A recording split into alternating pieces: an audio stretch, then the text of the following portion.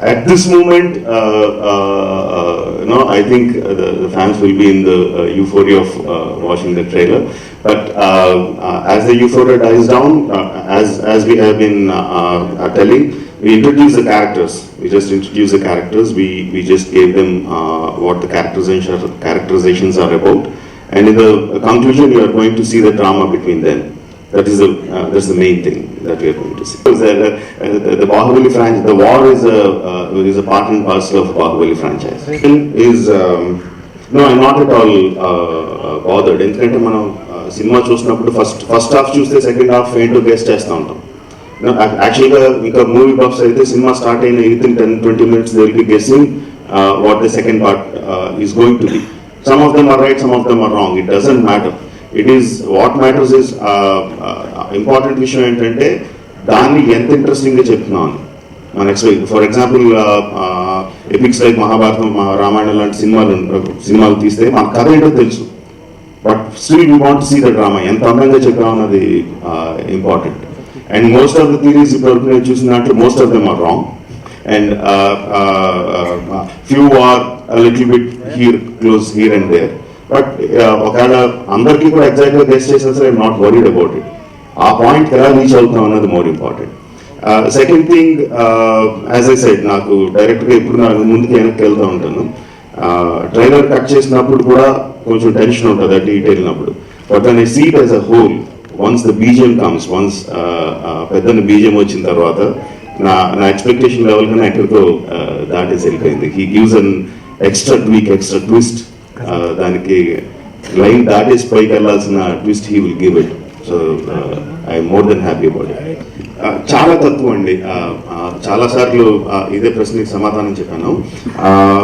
First Baahubali కథ cinema అయిపోయిన తర్వాత బాహుబలి పార్ట్ తీయడం కాదండి, ఒక సింగిల్ స్టోరీ బిగినింగ్ నుంచి ఎండ్ వరకు ఒక single story.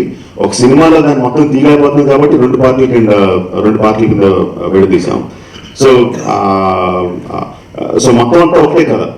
But Baahubali part 1 release అయిన తర్వాత దానికి వచ్చిన యూఫోరియా అది ఇది చూసి ఇంకా యాక్షన్ సీక్వెన్సెస్లో కొంచెం ట్వీకింగ్ కొంచెం ఎక్కువ పెట్టడం, అక్కడ కొంచెం ఇంకా డ్రామాటిక్గా చేయడం, అలాంటి చిన్న చిన్న ఇది ఉంది తప్ప బేసిక్ స్టోరీలో అయితే ఎటువంటి మార్పులు లేవండి. యాజ్ ఇట్ ఈస్ ఫస్ట్ ఏదైతే అనుకున్నామో చివరి వరకు అదే. ఇన్ఫ్యాక్ట్ ఒక 20-30% ముందు షూట్ చేసాం కూడా, ఇంకా ఫస్ట్ పార్ట్ రిలీజ్ అవ్వదు ముందు. మాహిష్మతికి మార్పులు ఏం లేవండి. మాహిష్మతి అనేది చాలా పెద్ద రాజ్యం. మన ఫస్ట్ పార్ట్లో చూపించినప్పుడు మాహిష్మతిలో కొంత పార్టీ చూసాం. సెకండ్ పార్ట్ వచ్చేసరికి ఇంకా మిగతా భాగాలు కూడా చూస్తున్నాం. సో ఇట్ ఈస్ ఫస్ట్ పార్ట్లో మనం చూసిన తక్కువ, సెకండ్ పార్ట్లో ఇంకా ఎక్కువ చూస్తున్నాం. ఒక క్లైమాక్స్ చేసేసరికి మొత్తం ఓపికలు అంతా అయిపోయినాయి అండి. 4 క్లైమాక్స్ షూట్ చేసే ఓపిక లేదు. స్టోరీ డిస్కషన్ అప్పుడు 1,00,000 పాయింట్లు అనుకుంటాం. బట్ వన్స్ షూటింగ్ వెళ్ళకముందే మొత్తం పాయింట్లు అన్ని లాక్ అయిపోతాయి. 4 వర్షన్స్ షూట్ చేసి అంత ఇది లేదండి. This is piracy is a different issue and leakage is a different issue. Both are not the same. And this particular leak is some bug in the Facebook. This thing they are still trying to sort out why it happened. It is very irritating, but it is not something we can blame someone without knowing anything about it. So. It's online now. We launched it. We are supposed to launch it at 5 p.m. So we planned so many things around it, but unfortunately we launched it earlier. But I think it's good news for the fans rather than being bad news. Tricks of the trade అంటారు కదండి. డైరెక్టర్గా మనం కథలన్నీ చెప్పేటప్పుడు mass pulse కూడా కొంచెం తెలుసున్న డైరెక్టర్లు ఏం చేస్తారంటే తెలియకుండా ఆడియన్స్ని రేకెత్తించి పెడతారండి. అంటే ఫస్ట్ పార్ట్లో శివుడు తాలూ క్యారెక్టరైజేషన్ చూపించడానికి అమ్మ కోసం శివలింగాన్ని ఎత్తుకొని వాటర్ నుంచి నడిచి జంప్ చేసి వెళ్ళి అంత బలవంతుడిగా చూపించానండి. బలాల దేవుని చూపించినప్పుడు ఉత్తి చేతులతో దొరపోతూ ఫైట్ చేసి అంత బలమైనదని చూపించాను. సో వాళ్ళిద్దరు రైవల్స్ అని తెలుసు. సో అది రేకెత్తించి పెట్టడం అంటే ఎలాంటి బలవంతుడు ఇద్దరు కొట్టుకుంటే ఎలా ఉంటుంది అన్నది తెలియకుండా ఆడియన్స్ రేకెత్తించి ఉంటుంది. దాన్ని క్లైమాక్స్కి పెట్టాం. సో పీక్ అన్నిటికంటే జనాలు ఏదైతే ఎక్కువ ఎక్స్పెక్ట్ చేస్తూ ఉంటారో దాన్ని క్లైమాక్స్ పెట్టామండి. So the peak, the Everest peak cinema, Baahubali సినిమాలో ఎవరెస్ట్ పీక్ ఏదైతే ఉంటుందో అది క్లైమాక్స్లో బల్లాల దేవుడు మహేంద్ర బాహుబలి మధ్య ఫైట్లో ఉంటుంది. ఏదైతే ఉన్నాయో బాహుబలి కానీ, బల్లాల దేవుడు కానీ, శివగామి కానీ, కట్టప్ప కానీ, విజయ్ దేవుడు కానీ, దేవసేన, అన్ని characters very very powerful characters అండి. అందరూ కూడా వాళ్ళు నమ్మిన సిద్ధాంతాలని, వాళ్ళు నమ్మిన ఫిలాసఫీని చాలా స్ట్రాంగ్గా పాటిస్తూ ఉంటారు. సో అంత స్ట్రాంగ్ క్యారెక్టర్స్ ఉన్నప్పుడు వాళ్ళ మధ్య ఆ క్యారెక్టర్స్ మధ్య రిలేషన్షిప్ కూడా అంత స్ట్రాంగ్ ఉంటాయి, లవ్ కానీ హేట్ కానీ ఏదైనా. So Devasena characterisation will be very strong అండి. ఆడవాళ్ళందరికీ కూడా చాలా చాలా నచ్చుతుంది అనుకుంటున్నాను. ద బిగ్గెస్ట్ థింగ్ ఈజ్ అది ఒక సింగిల్ లైన్ సెంటెన్స్ కాదండి. ఓకే, ఇలా ఇలా ఇందుకని చెప్పేసేయడం అంత is not simple answer. Simple answer అయితే ఇన్ని రోజులు దాని మీద యూఫోరియా కూడా అలా మెయింటైన్ అవుతుంది. It's complication sequence that comes to that point. So నాకు తెలిసి సినిమా స్టార్ట్ అయిన తర్వాత జనాలు అసలు అందులో లింగ వైపు చూస్తూ ఉంటారు, కానీ దీని క్వశ్చన్కి ఆన్సర్ ఎప్పుడు వస్తుందని చూడరండి. నాకు తెలిసి ఆ క్వశ్చన్కి అంతా థియేటర్కి ఆడియన్స్ రప్పించడం వరకే నేను అనుకుంటున్నాను. బట్ ఒకసారి థియేటర్లోకి వచ్చిన తర్వాత జనాలు దే విల్ బి ఆ క్యారెక్టర్స్తో పాటు ఆ ప్రపంచంలోకి వెళ్ళిపోతారని అనుకుంటున్నాను. ఇట్ ఈస్ ఒక సింగిల్ సెంటెన్స్ ఆన్సర్ కాదు, సింగిల్ సెంటెన్స్ ఆన్సర్ కాదు అది. It's build up to that point. And ఆ పాయింట్ వచ్చిన తర్వాత ఆ నెక్స్ట్ స్టెప్ కోసం ఇంకా ఎక్కువ చూస్తూ ఉంటారండి. స్క్రీన్ ప్లేలో అలాగా రాయడం జరిగింది. Back and fourth is one thing, but as an emotion వైజ్గా చూసుకుంటే ఆ పాయింట్ వచ్చే వరకు జనాలు చాలా ఎక్సైటెడ్గా చాలా ఇది బిల్డప్ అవుతూ ఉంటుంది. ఆ పాయింట్ నుంచి ఇంకొక 2 స్టెప్పులు పైకి వెళ్తుందని అనే విధంగా స్క్రీన్ ప్లే రాయడం జరిగింది. బాహుబలి సినిమా కదండి, పౌరాణికాలు కానీ, జానపదాలు కానీ, హిస్టారికల్స్ కానీ, చారిత్రాత్మక సినిమాలు కానీ చిన్నప్పటి నుంచి బాగా ఇష్టం. కథలు అంటే కథలు అంటే బాగా ఇష్టం. ఆ కామిక్స్ అయినా, ఆ నవల్స్ అయినా, ఆ సినిమాలైనా చిన్నప్పటి నుంచి బాగా ఎక్కువ చూడటం. సో ఇన్స్పిరేషన్ అనేది ఒక సింగిల్ పాయింట్ కాదండి, చూసిన ప్రతి సినిమా కూడా ఇన్స్పిరేషనే. బట్ చాలా పెద్ద లెవెల్లో తీయాలని కోరిక అయితే ఉంది. బట్ ఫస్టే ఇలాంటి కథ చేస్తే ప్రొడ్యూసర్ బయటకు పోమంటారు కదా. సో ముందు చిన్న సినిమాలు చేసుకుంటూ కొంచెం సక్సెస్ వచ్చిన తర్వాత, మార్కెట్లో వాల్యూ పెరిగిన తర్వాత, డిస్ట్రిబ్యూటర్స్కి, ప్రొడ్యూసర్స్కి నమ్మకం వచ్చిన తర్వాత ఇలాంటిది అటెంప్ట్ చేశాను.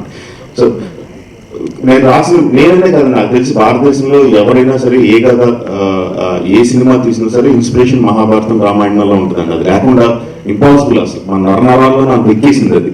సో ఆ ఇన్స్పిరేషన్ అయితే 100% ఉంటుందండి. అసలు ఈ సినిమా రిలీజ్ అయిన తర్వాత సినిమా గురించి ఆలోచించుకోవడం అనుకుంటున్నాను. 2 నెలలు ఏదైనా హాలిడేకి వెళ్ళిపోయి ఏమి వర్లంచ్ అంతా మైండ్ లంచ్ అంతా తీసేసి అని అనుకుంటున్నాను అండి. బట్ ఎలాంటి సినిమాలో తీస్తానని తెలియదు, కానీ నెక్స్ట్ సినిమాలో మాత్రం ఆ చివరి కూర్చున్నాయండి ఒక ఆయన, కమల్ కన్నన్ అని చెప్పి, విజువల్ ఎఫెక్ట్స్ సూపర్వైజర్. ఆయనతో పని లేకుండా, విజువల్ ఎఫెక్ట్స్తో పని లేకుండా సినిమా తీయాలని అనుకుంటున్నానండి.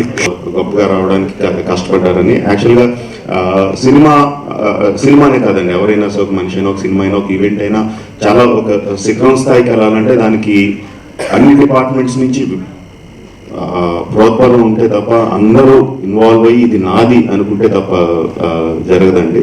బాహుబలి సినిమాకి పెద్ద అదృష్టం, యాక్టర్లు, టెక్నీషియన్స్ అందరూ కూడా ఇది నా సినిమా, నా కెరియర్లో ఇది మయూరాగా నిలిచిపోయే సినిమా అని చెప్పి అందరూ దానికి అంత ఎఫర్ట్ పెట్టి చేయడం అనేది దట్స్ వన్ రీజన్. సో అన్ని ఎఫర్ట్స్ అన్ని ఇండస్ట్రీలో కానీ, బయట కానీ, మీడియాలో కానీ, మా టీంలో కానీ అందరూ కూడా ఈ సినిమా గొప్ప సినిమా, ఈ తెలుగు సినిమా ఎక్కడికో తీసుకెళ్తుంది అనే నమ్మకం ఆ దీవెనలో ఉండబట్టి నాకు తెలిసి బాహుబలి అనే ఫ్రాంచైజ్ అంత పైకి ఎదిగింది అనుకుంటున్నాను. ఫస్ట్ పార్ట్లో ఎమోషనల్ పార్ట్ కంపారిటివ్గా విజువల్ వండర్తో కంపారిజన్ చేసుకుంటే ఎమోషన్ పార్ట్ తక్కువ అండి, విజువల్ గ్రాండియర్ ఎక్కువ ఫస్ట్ పార్ట్లో ఇన్ కంపారిజన్. సెకండ్ పార్ట్లో 2 కూడా ఈక్వల్గా ఉంటాయండి. ఎమోషన్ కానీ, విజువల్ కానీ నువ్వు నేను అన్నట్టు ఒకటి ఇంకా అందంగా చూపించాను.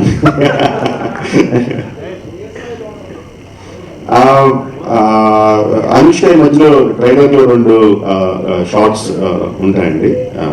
So that gives an idea Anushka ఎలా ఉండబోతుంది అన్నదానికి అంటే విజువల్గా అందానికి చూసుకుంటే అనుష్క ఎలా ఉండబోతుందో 2 షార్ట్స్ బట్టి తెలుస్తుంది. But as a characterisation she will be much more very very strong. Rajamouli గారు ఫస్ట్ పార్ట్ రిలీజ్కి ముందు, ఇప్పుడు రిలీజ్కి ముందు ఫస్ట్ పార్ట్ రిలీజ్ ముందు ఉన్న టెన్షన్ ఆ జీవితంలో ఎప్పుడు అనిపించలేదండి. దాన్ని అసలు అంటే కంపారిజన్ కూడా లేదు, లోయర్ కంపారిజన్ కూడా లేదు అప్పుడున్న tension, because so much was at stake and we're experimenting so much. ఇంతకుముందు వెళ్ళని టెరిటరీస్లోకి లైఫ్ జాకెట్ లేకుండా సముద్రంలో ఉరికేసినట్టు, పారాషూట్ లేకుండా ఆకాశం ప్లేన్లో ఉరికేసినట్టు ఉరికేసాం. అప్పుడున్న టెన్షన్ ఇస్ చాలా చాలా హై అండి. అది జీవితంలో అంత టెన్షన్ అసలు సినిమాకనే కాదు దేనికి ఫీల్ అవ్వలేదు. సో ఈ సినిమాకి వచ్చేసరికి టెన్షన్ పాయింట్ చాలా తక్కువ అండి. జనరల్గా ఏ సినిమా రిలీజ్ అయినప్పుడైనా అందులో పనిచేసినప్పుడు కొంచెం టెన్షన్ ఉంటుంది. ఆ టెన్షన్ తప్పితే మోర్ కాన్ఫిడెన్స్ లెవెల్స్ ఎక్కువ ఉన్నాయండి. టెన్షన్ ఇక్కడ నుంచి మీ అందరూ ఎంతో అదృష్టవంతులు. నిజంగా ఒక అద్భుతాన్ని ఆవిష్కరించారు. ట్రైలర్లోనే ఇట్లా ఉంటే ఇది నెల రోజులు ఎలా ఓపి పట్టి ఉంటారో